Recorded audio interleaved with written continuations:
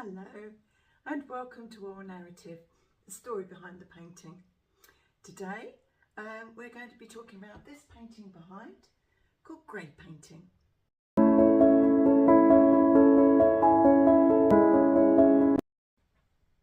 So why is it called Grey Painting? It's quite clearly of a lady sleeping.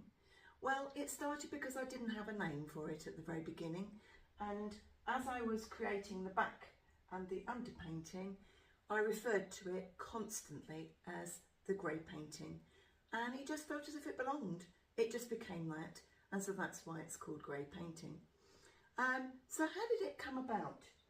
Well, this is my bedroom and this is on my wall, and this is my personal painting. We built an extension and we were decorating this room, and I wanted something for my own space.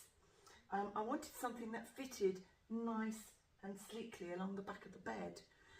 So I had a bespoke canvas made from Harrison Moore, and I wanted something calming. I wanted something that induced sleep. I wanted something that went with the decor and the colour of my room, which is why it's grey. And I wanted something that fitted the space.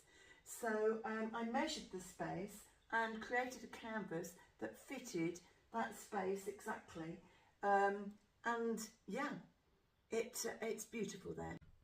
So what had formed the composition? What was my inspiration?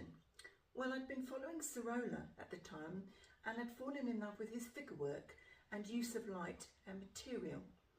And there was an exhibition up in London with the National Gallery at the time, so I went up and had a look. And as I walked in through the door and went round the corner, I saw Sewing the Sail, which I have to say, you know, you can get those prints done and then they send them to you framed. I got one of the Sewing the Sail. Let me show you this. It's absolutely fabulous. I love the white, the light of the sunshine, and I use material a lot, you'll notice in my paintings. I love all the folds and the creases and the way that it flows. I also use books a lot when I do my compositions, and I use long form. I bought this book while I was there, and I'll show you what I mean. One of the things which really caught my eye, let me show you, was this painting here. Let me bring it up close.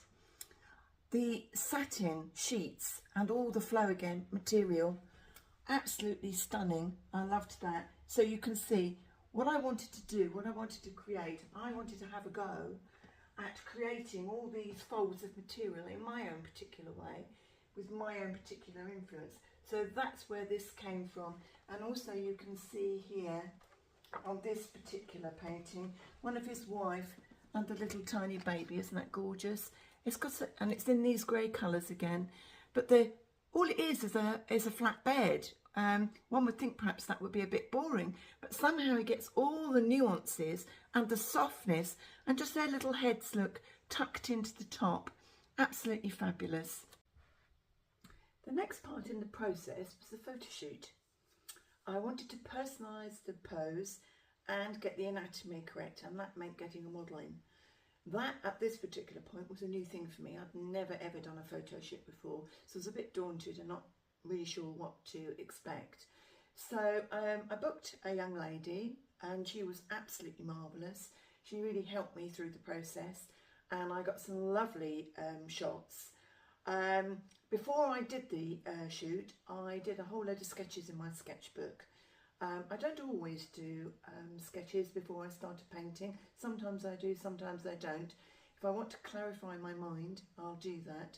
I'll put up in a second some photographs of some of the sketches that I did do for this, and you can see that there were some other ideas earlier on that I didn't actually end up putting in the painting.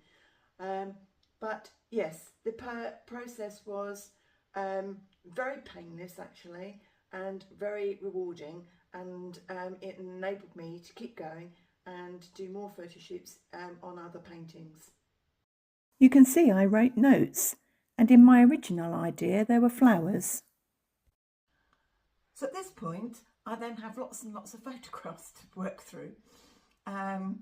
And what I do is I literally flick through on the computer and try and whittle it down to 5 or 6 images.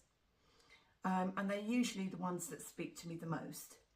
And then once I've got to that stage, I then test them out on the canvas and try and find out what works.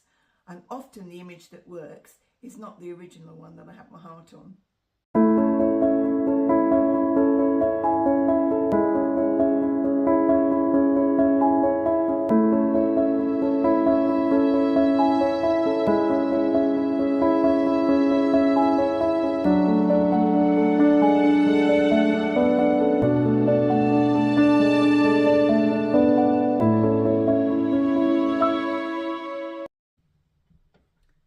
So here we have grey painting.